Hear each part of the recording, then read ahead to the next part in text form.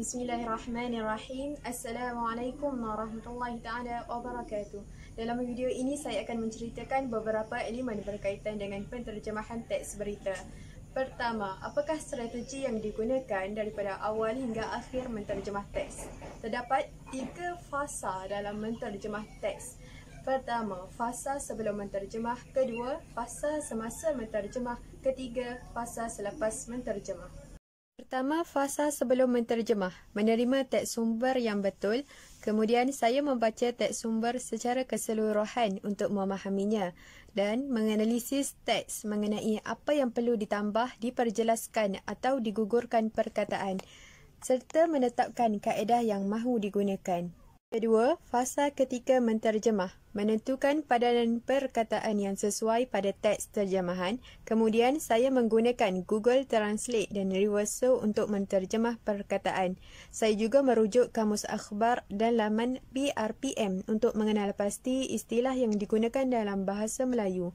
Selepas saya menterjemah, saya semak balik kaedah terjemahan yang digunakan dan peram seketika teks terjemahan itu sama ada mudah difahami orang lain atau sebaliknya.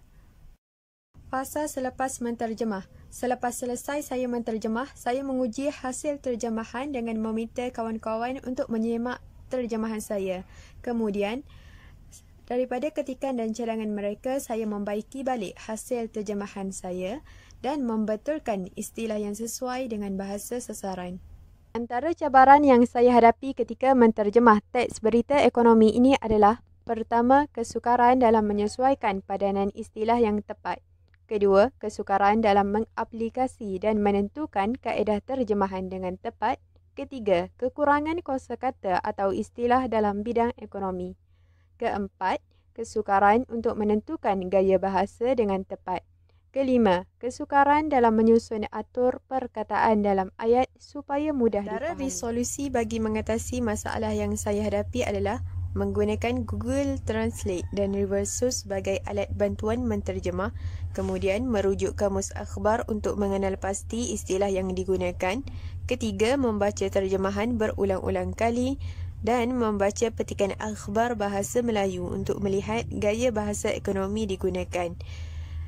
Kemudian saya meminta bantuan kawan untuk membaca dan menyemak balik hasil terjemahan saya. Inilah dia hasil terjemahan saya bagi berita ekonomi yang bertajuk Bursa Malaysia mencatatkan keuntungan bersih sebanyak RM121.93 juta bagi suku ketiga 2020.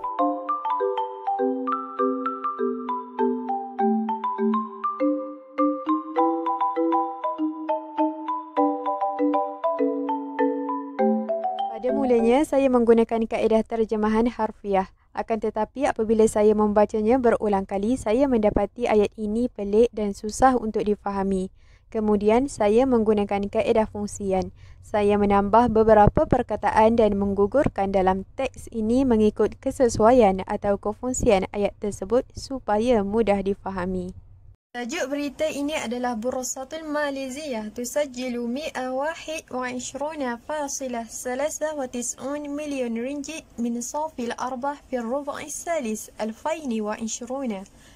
Bursa Malaysia mencatatkan keuntungan bersih sebanyak 121.93 juta bagi suku ketiga 2020. Pada awalnya, saya menterjemahkan Bursatul Malaysia sebagai Bursa Saham Malaysia. Akan tetapi kawan saya mencadangkan menggunakan Bursa Malaysia, jadi saya menyemak balik di Google untuk mengetahui nama penuh dan saya mendapati Bursa Malaysia adalah nama baru bagi Bursa Saham Malaysia. Jadi saya hanya menterjemahkan Bursa Malaysia. Kemudian, saya menambahkan perkataan sebanyak sebelum jumlah ringgit ini dan perkataan ringgit di belakang saya hazafkan.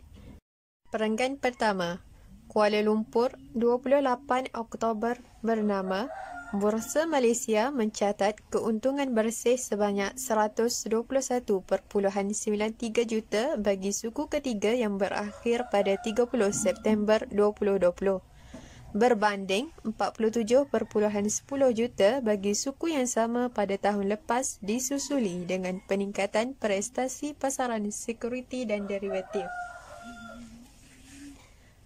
Pada perenggan pertama ini, saya menterjemahkan perkataan muqabil dengan perkataan berbanding. Pada asalnya, muqabil bermaksud yang serupa atau sebagai ganti. Akan tetapi, saya rasa di sini lebih sesuai ditukar kepada perkataan berbanding. Seterusnya, pada ayat wasti tahussun al-adai fi suki al-awraki wal-mushtaqat al-maliyah. Pada awalnya, saya terjemahkan di tengah peningkatan prestasi dalam pasaran dan derivatif. Akan tetapi, saya rasa ayat ini kurang sesuai, jadi saya tukar kepada disusuli dengan peningkatan prestasi pasaran sekuriti dan derivatif. Perkataan derivatif ini pada asalnya saya tidak faham kerana istilah ini adalah istilah ekonomi. Jadi, saya Google istilah tersebut untuk mengetahui maksudnya. Perenggan kedua, pendapatan bagi suku ketiga pada tahun ini pula mencecah sebanyak 237.74 juta berbanding 122.67 juta bagi suku yang sama pada tahun sebelumnya.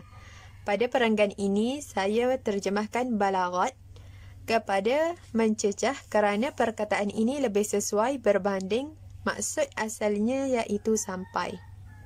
Perenggan ketiga, Ketua Pegawai Eksekutif Bursa Malaysia, Muhammad Umar Suif, dalam kenyataan beliau pada hari Selasa yang lalu berkata, Bursa Malaysia telah mencapai prestasi kewangan yang luar biasa dan tidak pernah lagi berlaku sebelum ini bagi tempoh 9 bulan pada tahun ini, dengan keuntungan selepas cukai dan faedah minoriti yang paling tinggi pernah direkodkan sejak disenaraikan pada tahun 2005.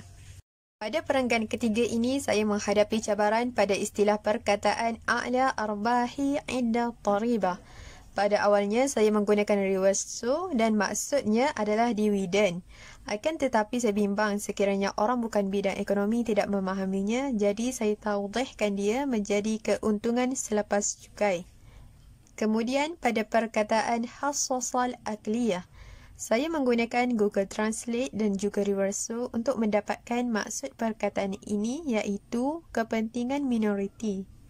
Akan tetapi bila saya semak balik dengan senior saya, katanya perkataan kepentingan minoriti ini kurang sesuai. Dia mencadangkan saya guna istilah faedah minoriti.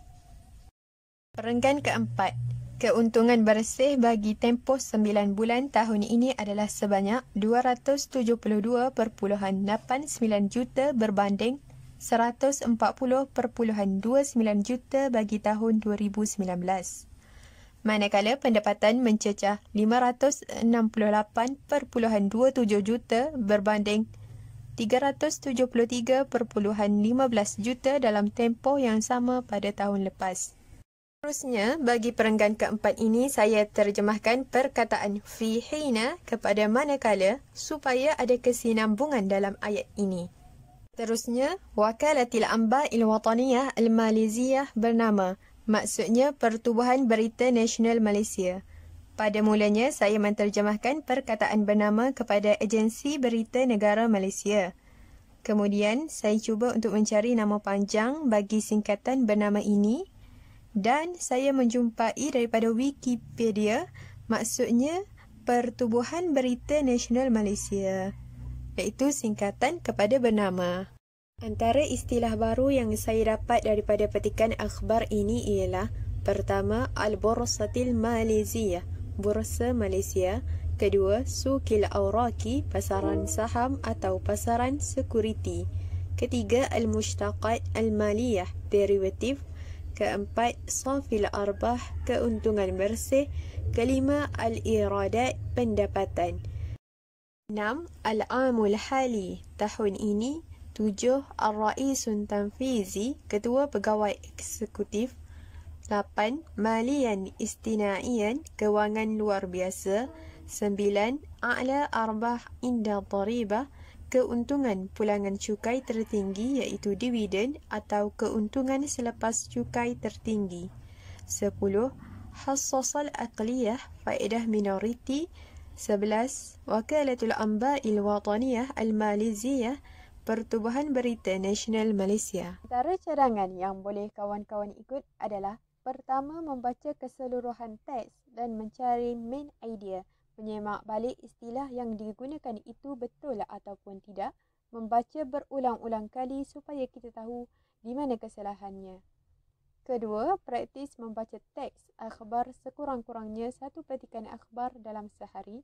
Merujuk kamus akhbar untuk mengetahui istilah dalam bidang tertentu dan meminta orang lain untuk membaca dan menyemak hasil terjemahan kita. أكتفي بهذا القدر. شكرا على حسن استماعكم. السلام عليكم ورحمة الله تعالى وبركاته.